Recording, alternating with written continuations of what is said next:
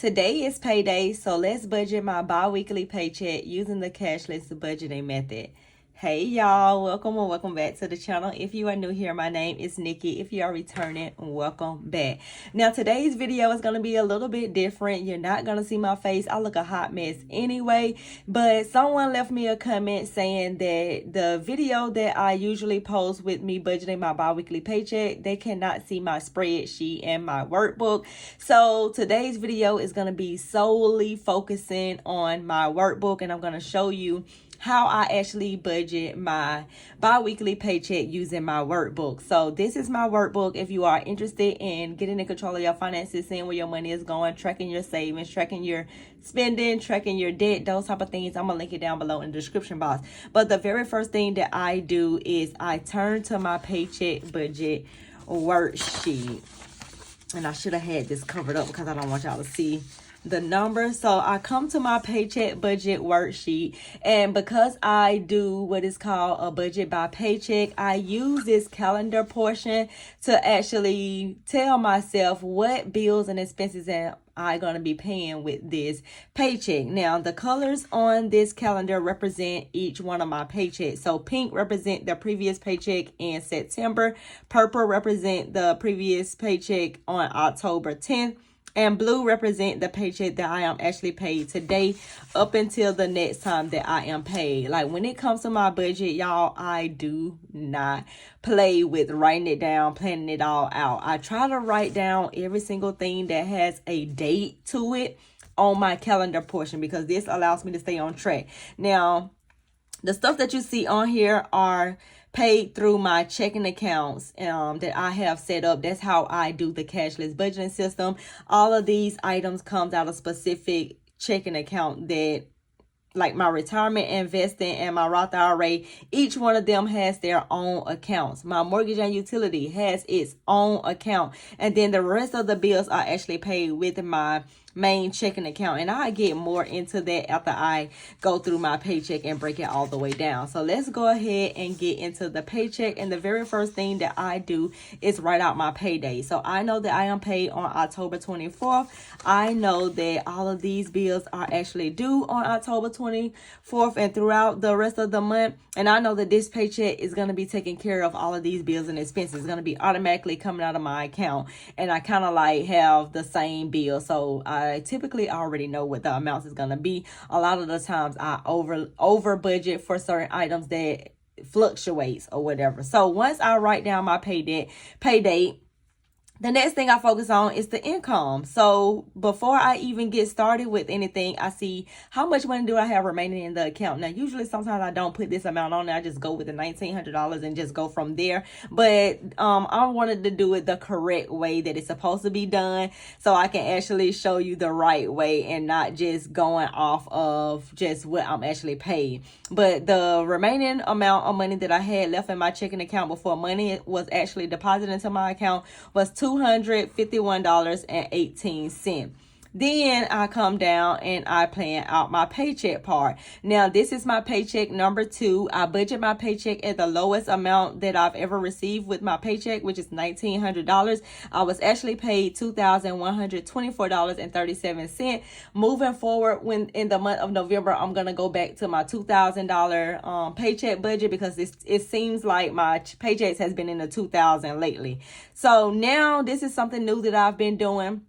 When it comes to this paycheck worksheet or whatever, you want to be listing out all of your income. And even though I have this money separate from my income, I wanted to show y'all how I actually would budget for it all together. So now I'm going to include my content creator income. So if I budget at the lowest amount, which is $0, like that's the lowest that you can actually go. But I was actually paid this pay period $1,930.08, which brings my total income for this pay period of $4,305.63. And usually, like I said before, I don't include my content creator income, but I wanted to show y'all that you can include everything on this one sheet, but then you can separate it into separate accounts like I do when it comes to breaking it all down. Now, when we come down to the main part of the worksheet, we focus on the date, the bills and expenses, and the budgeted amount. And then once those items comes out of your account. Once the transaction cleared, then you write down the actual. So first thing first, I like to focus on my bills, like the important things that has a due date to it that you saw on my budget calendar. Those are the things that I'm going to be focusing on first, because those are the things I typically don't even look at. Those are things that automatically come out of my account, and I want to make sure I have enough money going in there that to be able to take care of these bills and expenses up until the next time that I'm paid. So once I list out all of those bills, everything comes up to a total of $1,473.68. Then what I do is I take my income and I subtract my bills, and I see, well, how much money am I gonna have left, because I still got other things to do during this pay period. So let me see, do I have enough money left over? So once I take my income and subtract my bills, I have $2,831.95 left over. Now I can focus on my variable expenses such as food and gas. So I write out my food and gas, which this pay period, I'm giving myself $120 for gas and $150 for food, which comes up to a total of $270. I take my income and subtract my expenses, and I am left with $2,561.95. Now I'm like, okay, well, we got some money left, y'all. We got some money left. Now I can focus on my fun spending. Now, when it comes to me spending money, you might be looking at it like, girl, how are you writing it out like that? So I typically spend money by categories. I have budget categories. I budget by categories, and I spend my money from the most priority to the least priority. So that's why I don't trip when I'm going over my food budget a little bit, or I done spent money in the miscellaneous spending or whatever, because I know that the other things are taken care of. These are my 7 categories. Well, you see 6 right here, but the 7th one is miscellaneous. I just didn't write it out, but the highlighter yellow basically mean that's how much money I should have in my miscellaneous spending or whatever, and I break that miscellaneous or fun spending all the way down as well, determined by what all I have going on this month. So the first thing first is my savings. As you can see, I focus on that first. Those things are automatically taken out of my account and go into its respective account. So retirement has its own account, investing has its own account, and Roth IRA, I do my Roth IRA through Fidelity, so that has its own account as well. All of the rest of the bills comes out of my main checking account. Then I focus on home, which you already seen. Then I focus on food and transportation. As you can see right here, those are taken care of. Then we get down to like the debt, the subscriptions I took care of up here as well. But then the last most important thing that I have to take care of before I start spending money all willy-nilly is my debt stuff. So this is basically what we're going to get to. Now we're going to break this money down even further. So once I take care of all of the bills, my expenses, and all that type of stuff, I can get into the fun spending. So I say, okay, what do I plan on doing this pay period? What do I have going on that I want to do, and how much do I want to give myself? So this pay period, I know that I got to get my son a haircut. That's going to be $20. I know that he want to go to the book fair. I asked him how much money would he think he need. He said $25, but I'm going to go ahead and budget $30 just in case when I upload money on the card, because I usually have to upload money to his account. They may charge me some money. I can't remember if they charge or not, but I'm just going to budget more than enough than not enough. So I just put $30 down there. And if I could do $25 on the dot without them charging me, then I would do that as well. Then also I said, let's be realistic. You know, you want to have a little bit of fun. It's your birthday tomorrow, and you might want to do some things with your friends or something. So I'm giving myself $150 for fun this pay period. Then I said, you know what? We got to put money towards this debt, because that's the reason why we're online. That's the reason why we're showing up online, to connect with other people and to show people that you can use this content creation money to actually get out of debt and to, you know, do all of the things that you need to do. So I said, you know what, I'm going to put at least $200 aside for my student loans. I'm focusing on I'm doing a debt snowball. So I'm focusing on the lowest debt to the highest debt. I've already submitted my paperwork for the student loan forgiveness and things like that. But right now, currently, you have to make 120 qualified. You have to make 120 qualified payments or something like that, eligible payments. Anyway, you got to make 120 payments. Right now, some of my student loans is at 87 payments and some of them are at 67 payments. So I still have about 33 more months to go. So I'm still going to be working a debt snowball and putting whatever I can towards my student loans. So $200 I said that I can at least know that I can do for student loans, or that I wanted to do.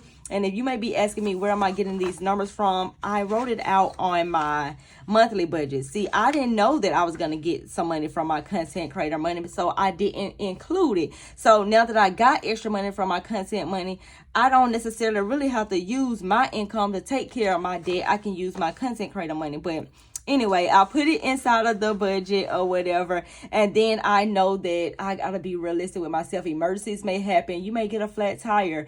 Okay, something may come up at the school where your child is going on a field trip and your teacher says something last minute, and now you got to go and pay for a field trip. Or maybe they have a project, which today he brought home a project. So now they got a project due and I might have to go and get supplies. So I'm giving myself $100 in the miscellaneous category, which brings my fun spending or miscellaneous spending or planned spending to $500 this pay period. And I take my income and subtract my fund from that, and I'm still left with $2,061.95. And this is where I separate the content creator money. So I come down and I say, okay, well, I got paid $1,930 and 8 cents from content creation. Let's go ahead and subtract that and break that down. If you are new here, I've done in previous videos, I told y'all that I split my content creator money 4 ways. So 25% goes to taxes, 25% goes back into the business for for expenses,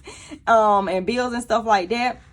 And then 25% goes into the savings, and then 25% goes to me. So for anything that I might need to educate myself on, I may want to buy a course. I may want to just like expand my business. I may want to pay someone to make me a website. Any type of thing that type of stuff is done, it goes to me. Even if I just want to just pay myself and use some of that money to help me pay down debt or to put in my savings and stuff like that. Usually I just put it in my savings. I don't necessarily just give myself like free money to just spend all willy-nilly or whatever, because my business do not take a whole lot of money to really even like manage like that. I am in the fashion space when it comes to the business, and basically what I do is I go out and I might buy new items that I may want to share with my audience and let my audience know, like, hey, this is what they have at Old Navy right now. This stuff is on sale. I found some really cute jeans that fit my body. If you are looking for jeans, those stuff like that. Y'all know how this fashion stuff go.